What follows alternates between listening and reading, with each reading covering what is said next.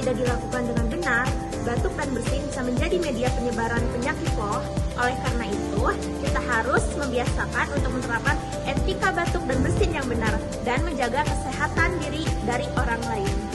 Apa aja sih langkah-langkahnya? Yuk kita simak!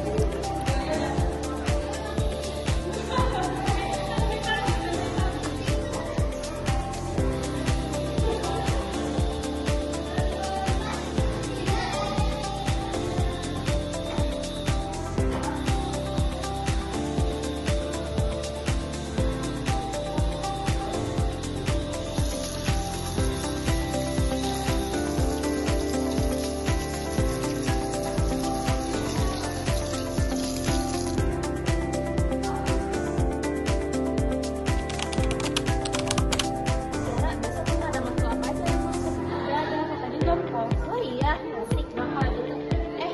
Tumben kamu pakai masker. Kenapa? Soalnya aku lagi flu sama batuk. Oh, kenapa emang kalau lagi flu dan batuk harus pakai masker? Karena masker mencegah penularan kepada orang lain. Oh, oke. Nah, teman-teman, etika batuk dan bersin terlihat sepele kan? Tapi dampaknya sangat besar loh untuk kesehatan. Nah, dengan melakukan etika batuk dan bersin, kita bisa membantu mencegah